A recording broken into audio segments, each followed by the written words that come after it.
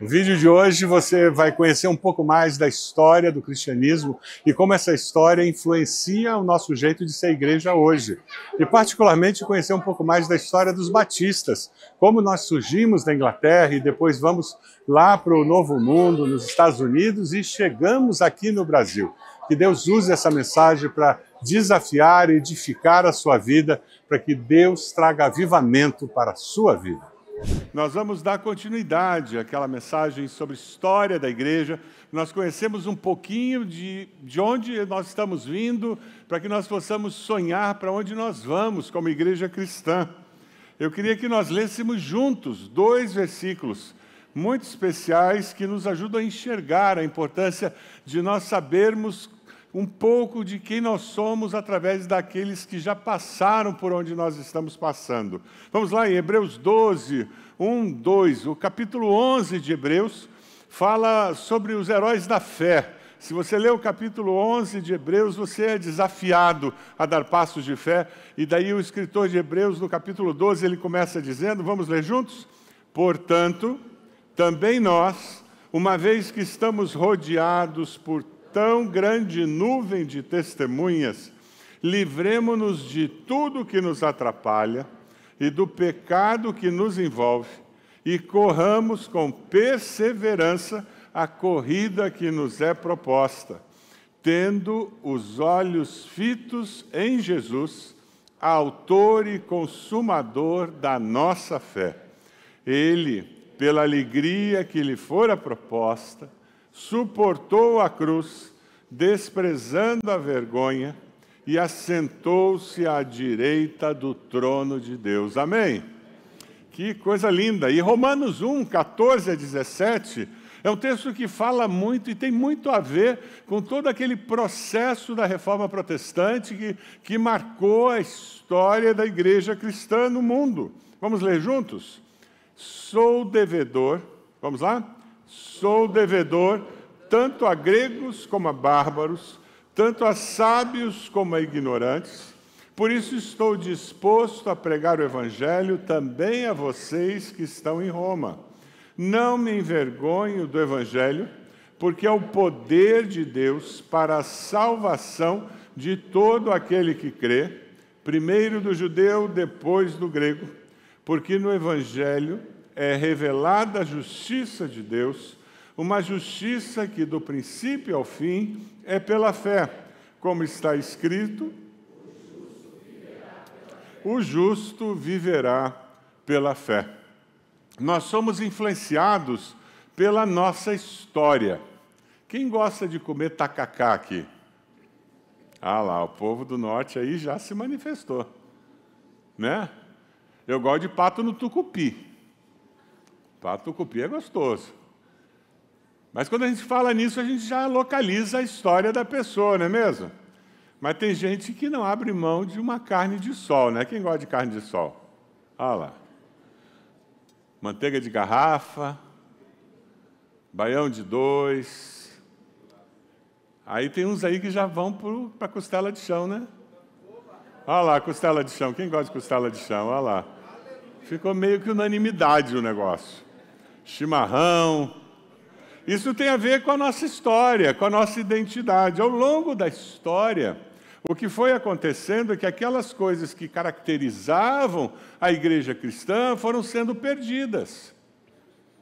A Reforma Protestante ela surge como uma medida extrema, numa busca de resgate de características, doutrinas, verdades que tinham sido perdidas ao longo da história. Vai aparecer um gráfico aqui na tela que nos ajuda a enxergar isso. Você tem aqui embaixo os apóstolos, e a igreja vai crescendo lá no livro de Atos, e de repente você vai começar a ver que lá para o lado de Jerusalém, Antioquia, Alexandria, Constantinopla, para o Oriente, vai surgindo uma igreja que tem algumas características um pouco diferentes da igreja do Ocidente. E é por isso que nós temos hoje a igreja ortodoxa. E esse cisma vai surgindo, e nós vamos tendo essas 2 grandes igrejas. E enquanto acontece esse cisma, nós temos vários grupos que correm paralelos a essas igrejas maiores. Lembra que a igreja de Roma, ela surge porque o imperador Constantino queria salvar o Império Romano usando o cristianismo. Mas vários grupos cristãos disseram: eu não entro nessa história de virar uma igreja oficial do Estado, eu não aceito. Muitas vezes nós nos esquecemos e achamos que a igreja lá de Atos virou a Igreja Católica Apostólica Romana. Não virou. Uma parte daquela igreja foi institucionalizada e uma parte enorme dela nunca aceitou fazer parte do Estado. E se você continua no próximo gráfico, pode mostrar o próximo, por favor? O que acontece é que você tem esse cisma, a Igreja Católica Apostólica Romana vem por aqui, e você em 1517 tem a Reforma Protestante, e depois em 1534 você tem a reforma, que não é uma reforma, lá na Inglaterra, com os anglicanos. O que acontece na Inglaterra é que o rei da Inglaterra, ele queria se divorciar de Catarina de Aragão, porque ele queria ter um filho homem. E como o Papa disse não, ele olhou para o Papa e disse: então você não é mais meu Papa. Simples assim. E ele cria a Igreja da Inglaterra. Ele se divorcia de Catarina, casa com Ana Bolena e depois casa com muitas outras, porque ele não conseguia ter o tal do filho homem. Em 1534, ele cria o Ato da Supremacia, em que ele, o rei da Inglaterra, é a cabeça da igreja na Inglaterra. Até hoje é assim. A atitude de tolerância permite que vários grupos cresçam.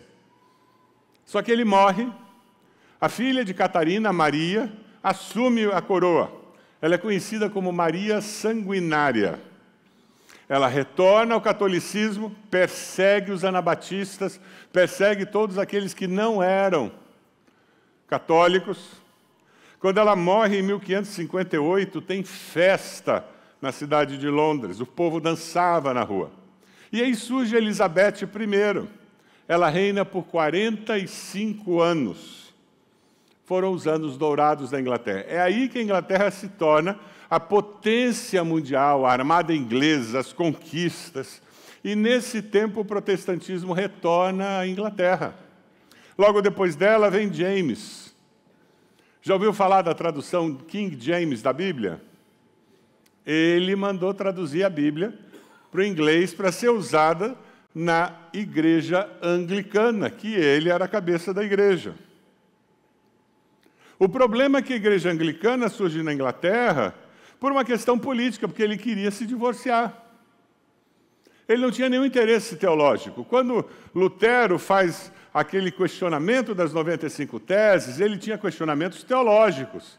Então a reforma na Alemanha, na Suíça, a reforma na Europa estava acontecendo numa perspectiva teológica. Na Inglaterra, ela era política, só mudou a cabeça da igreja. A estrutura da igreja continuou a mesma. Não era mais católica, romana, mas agora era anglicana. O que aconteceu? Grupos começam a surgir dentro da igreja anglicana, dizendo: nós precisamos mudar a nossa teologia. Grupos dentro da igreja, nós temos particularmente dois tipos de grupos: os puritanos e os separatistas. Os puritanos diziam: a igreja precisa ser purificada. Então o que eles fazem? Eles tiram tudo que lembrava a igreja católica. Eles tiram a cruz, eles tiram os rituais, eles não falavam mais do Pai Nosso, e eles são tremendamente perseguidos por James I. E muitos deles fogem para os Estados Unidos. Você já deve ter visto filmes falando do Thanksgiving, principalmente, em que aparecem os puritanos dos Estados Unidos. São esses anglicanos que queriam reformar a igreja e que, por causa da perseguição na Inglaterra, eles entram nos navios e vão como colonos para os Estados Unidos. Mas você também tinha um outro grupo, o grupo dos briguentos, os separatistas. A igreja é corrupta, eu não quero mais saber dessa igreja. A solução é a separação da igreja corrompida pelo Estado. Adivinha quem sai desse grupo? Pergunta para a pessoa do lado aí, quem que saiu desse grupo? Pois é, batista é encrencado desde o começo. A gente gosta de uma briga. Os batistas, os congregacionais, os Quakers, eles surgem desse grupo. Os separatistas. Eles diziam, eu não quero saber dessa igreja, chega, nós vamos fazer nossa história. Só que a hora que você dizia, eu não sou mais dessa igreja, significa o quê? Perseguição religiosa. Surgem esses movimentos separatistas dentro da igreja anglicana. Guardem esse nome, pastor John Smith. Ele era médico, praticava medicina, e ele começou a se reunir com um grupo que no futuro vai ser chamado Batista. E eles sofrem muita perseguição. Em 1608, eles fogem para Amsterdã, na Holanda. E lá em Amsterdã, na Holanda, eles precisam de um salão. Já viu o Batista fazer isso? Porque eles queriam fazer culto. Aí eles alugam um salão, sabe de quem? Dos menonitas. Já ouviu falar de menonita? Se a gente morasse lá no Espírito Santo, o pessoal ia dizer meno quê? Mas aqui em Curitiba todo mundo sabe quem é menonita, né? Meus menonitas eram um grupo de anabatistas, um desses grupos paralelos que nunca entraram na corrente principal da igreja política. Eles são seguidores de Menon Simons, e eles tinham uma forte ênfase em batismo por imersão daquele que crê em Cristo Jesus e confessa publicamente sua fé. Já ouviu isso em algum lugar? Então, aquele grupo que está na anglicana, acostumado com batismo infantil, dizendo isso aqui está tudo errado, tem que mudar. Eu quero reforma teológica. Eles saem, se encontram com esse grupo, alugam um salão, começam a se reunir, começam a conversar com eles. Esse grupo olha um para o outro e diz, a gente precisa disso. John Smith dissolve a igreja, é bem batista, fez uma assembleia, dissolveu a igreja, não tinha mais a igreja, que saiu da Inglaterra e foi para lá, e reorganiza a igreja agora, baseada na pública profissão de fé daqueles que declaram Jesus como Senhor e são batizados. Já viu esse vínculo? Que eu me torno membro da igreja quando me batizo publicamente? Quem vem de outra denominação, às vezes tem muita dificuldade para entender por que é tão importante essa história de batismo para os batistas. Isso tem a ver com as nossas raízes, o batismo por imersão. E essa igreja começa a surgir. E esse grupo, de mais ou menos 30 pessoas, começa a crescer e leva cerca de 30 anos para que eles comecem a ser chamados de batistas. Por quê? Por causa da ênfase em batismo, em batismo. Eles estão lá na Holanda. Só que o povo deles, na Inglaterra, precisava ouvir esse evangelho, precisava ouvir essa verdade. Muitos deles se organizam e dizem, nós vamos voltar para a Inglaterra. Eles retornam para a Inglaterra em 1611, sob a liderança de Hughes. Hughes era um homem de negócios muito rico, que tinha ido para a Holanda e agora está voltando para a Inglaterra. E é muito interessante porque no caminho de volta, eles entram num barco. E eles encontram um outro grupo de anabatistas, os moravianos. Os moravianos batizavam por imersão, mas eles tinham uma forte ênfase em fazer um apelo, um convite para que a pessoa declarasse publicamente a sua fé em Cristo Jesus. Já viu isso em algum lugar? E naquela volta, essa característica é agregada à identidade desses primeiros batistas. A necessidade de você fazer apelo no final do culto, você apelar as pessoas pessoalmente para que elas declarem publicamente a sua fé em Cristo Jesus. Quando eles chegam na Inglaterra, o que eles encontram?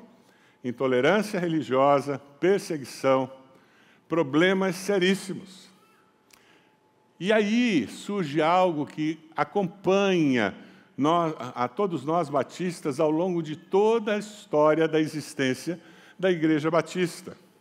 Eles se identificam com a luta por liberdade religiosa. Hughes escreve O Mistério da Iniquidade, o título que ele escolhe para o livreto que ele escreve. O Mistério da Iniquidade, o primeiro tratado na língua inglesa pedindo liberdade religiosa. Gente, isso era coisa de ET. Ninguém escrevia sobre isso, ninguém falava. E liberdade religiosa não existia esse conceito. E ele diz, para que eu possa viver a minha fé, eu preciso ter liberdade religiosa. Aí ele dedica esse livreto, sabe para quem? Ninguém menos do que o rei James I. Ele faz a dedicatória do livreto para o rei James. Bom, não preciso dizer que ele foi preso, né? Passou 5 anos na prisão e morreu. Ao longo da história, os batistas sempre estiveram envolvidos em lutas pela liberdade religiosa.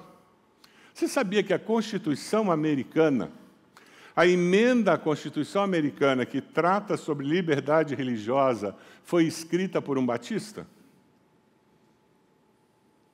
Você sabia que quando foi proclamada a República no Brasil, os protestantes, e tinha um batista no meio, foram pessoas muito influentes para que o Brasil não tivesse a Igreja Católica Apostólica Romana como a religião oficial do Estado?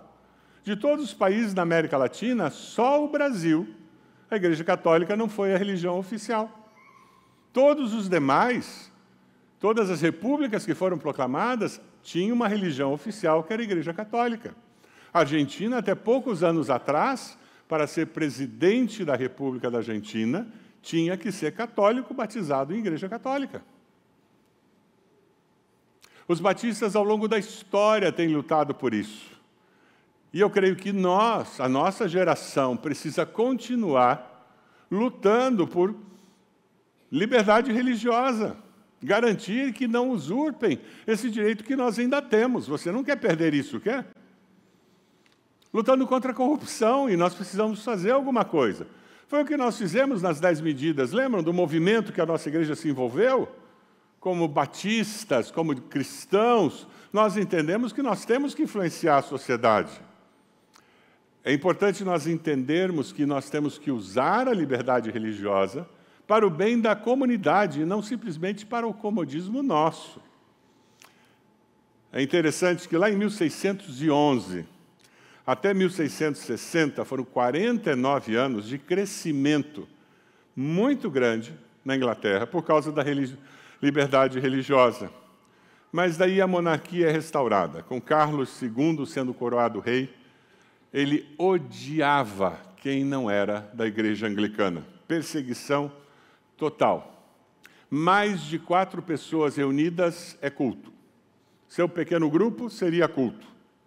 E mais, alguém com mais de 16 anos presente numa dessas reuniões, essa pessoa era punida. Os pastores não podiam estar a mais do que 7,5 km da sua igreja, sem uma permissão oficial. Eu conheci quando fui à Moldávia, logo quando eles tinham saído, tinha caído o muro, e eles tinham se libertado da Rússia.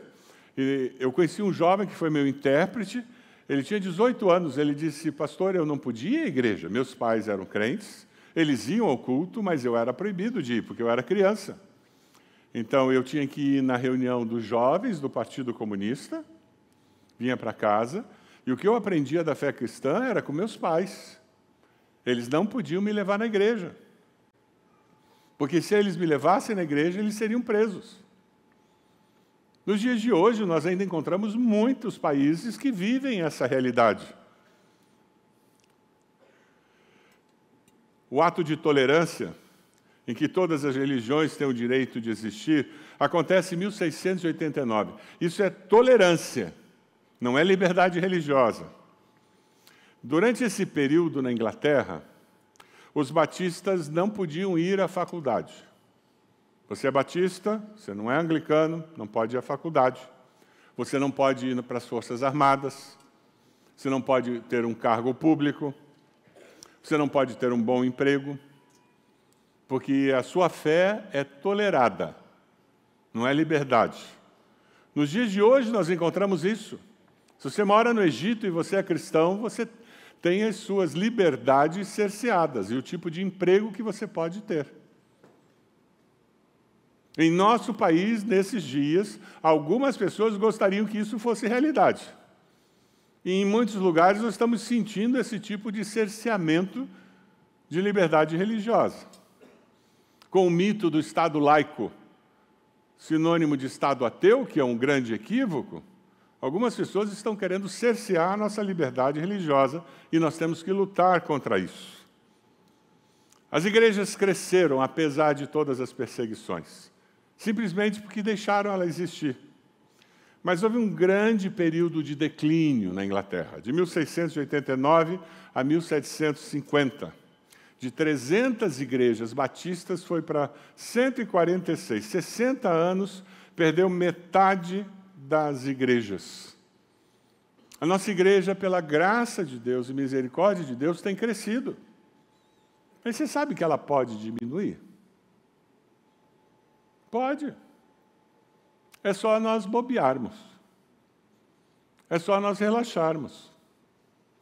É interessante porque as razões para o declínio são facilmente identificáveis na história. Sabe qual é a primeira razão? Divisões, espírito crítico, prazer em discutir, intolerância. Já viu esse pecado? Sabe qual é a outra razão? Liberalismo bíblico. Tudo pode, tudo é lindo, não é bem assim. Mas veja bem, vamos atualizar a Bíblia para ficar um negócio mais fácil.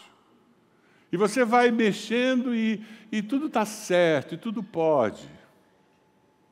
Quando nós não temos uma verdade absoluta para nos guiar na vida, nós não temos verdade nenhuma. Amém?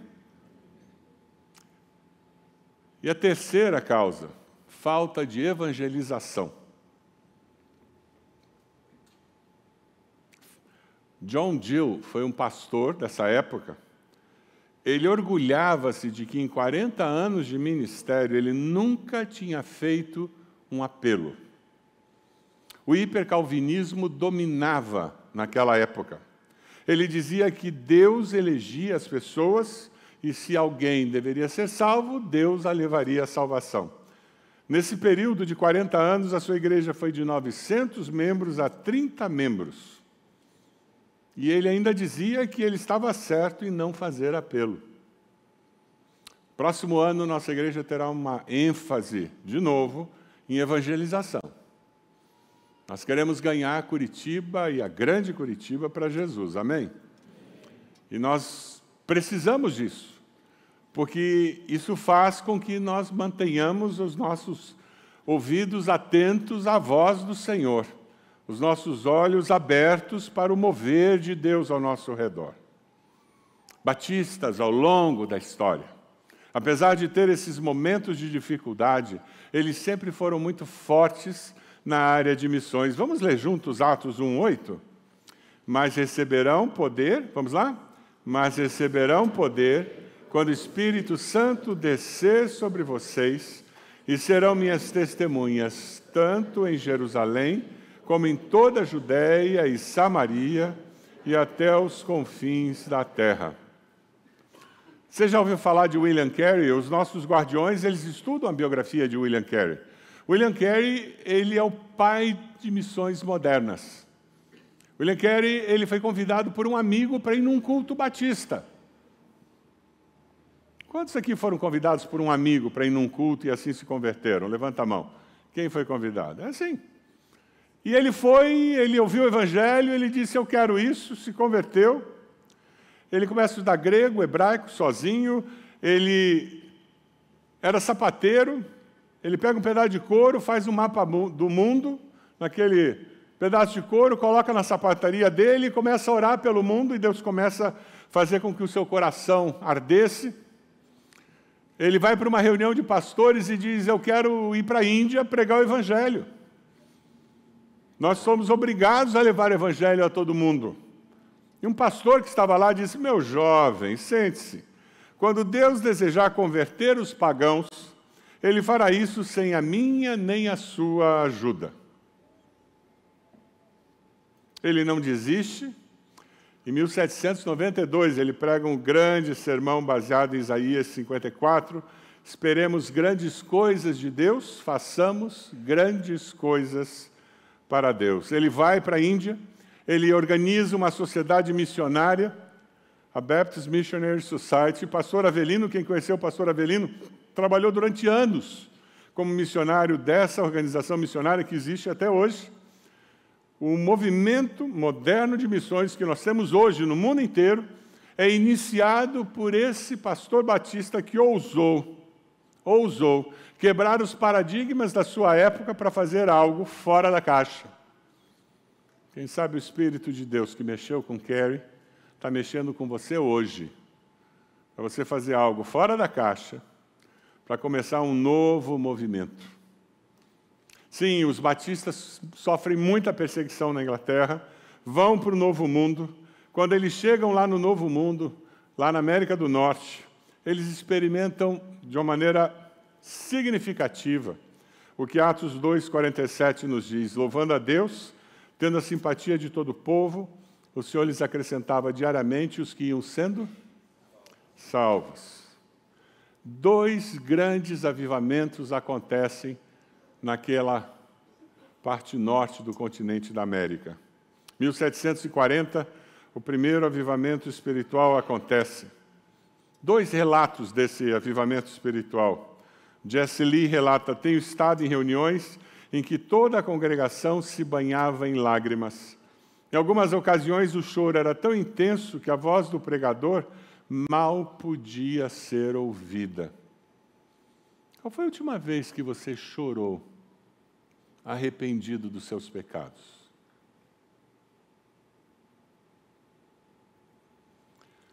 Charlie Chauncey, ele diz: eles oram com as pessoas, convidam-nas a aceitar a Cristo, alertam-nas que estão indo para o inferno e continuam a pregar o Evangelho incessantemente. Não era muito politicamente correto, né? Se arrependa porque você vai para o inferno. Muda de vida. Quem não tem Jesus não tem salvação. Em 1800, os batistas se tornaram o maior grupo religioso na América. E aí vem o segundo grande avivamento, em 1801. A capela da Universidade de Yale tem um culto, e vocês viram no Instagram, cultos nas universidades americanas, momentos de avivamento que têm acontecido. Esse segundo avivamento começa em Yale, com 1/3 dos estudantes se convertendo. São armadas tendas nos campos ao redor das cidades. George Baxter, ele diz: eu fui ao estado do Kentucky. Era o lugar mais moralmente limpo que eu já vi. Dificilmente se ouvia um palavrão. Existia temor a Deus no ar. Esse é o sinal de avivamento de fato. Algo extraordinário aconteceu com aqueles que diziam ser o cristianismo uma fábula, um sonho. Caminhando entre as tendas armadas, em 20 acres, alternavam entre momentos de oração e de pregação.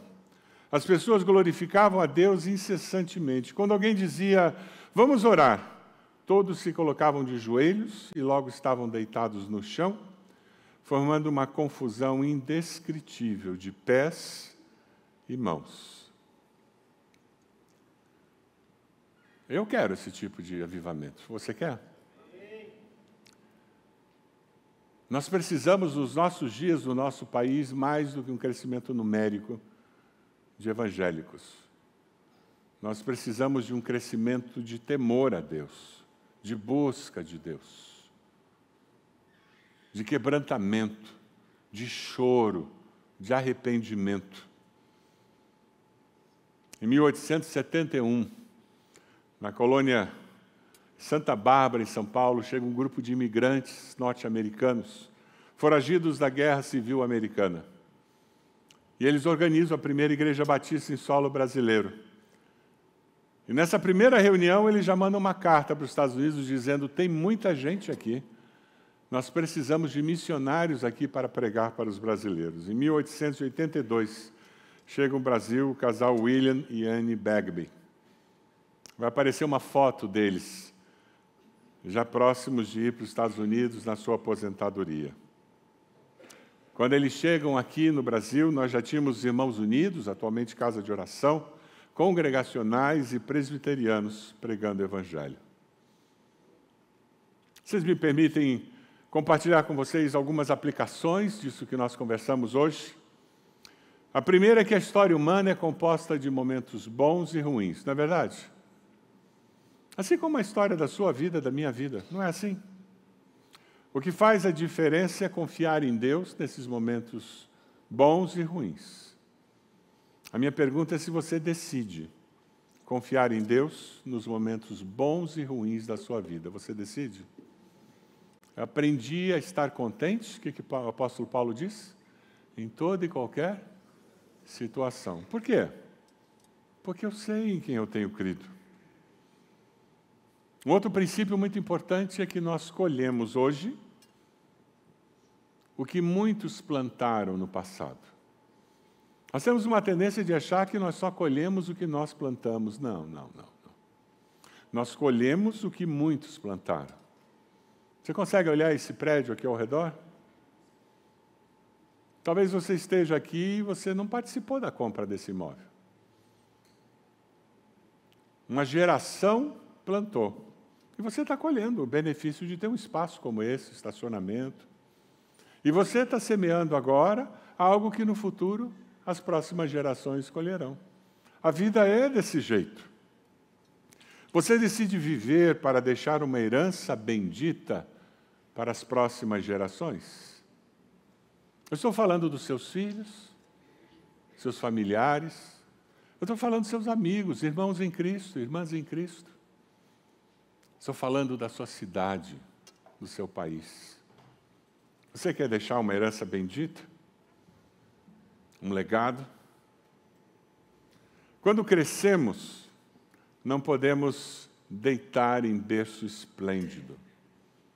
Não é porque está dando certo que eu descanso, que eu relaxo. Não é porque eu estou bem espiritualmente que eu paro de fazer meu tempo com Deus. Não é porque financeiramente as contas estão equilibradas que eu começo a gastar mais do que eu devo. Não é porque eu estou indo bem na empresa que eu paro de buscar crescimento profissional. Você decide viver com senso de missão. Você decide cumprir o propósito de Deus para a sua vida. Quem vive com senso de missão não se acomoda. Sabe que existe com um propósito maior. E por fim, Deus intervém na história humana com avivamento espiritual. Ele faz isso individualmente, ele faz isso em grupo. Você decide buscar a Deus pedindo avivamento na sua vida, na sua igreja.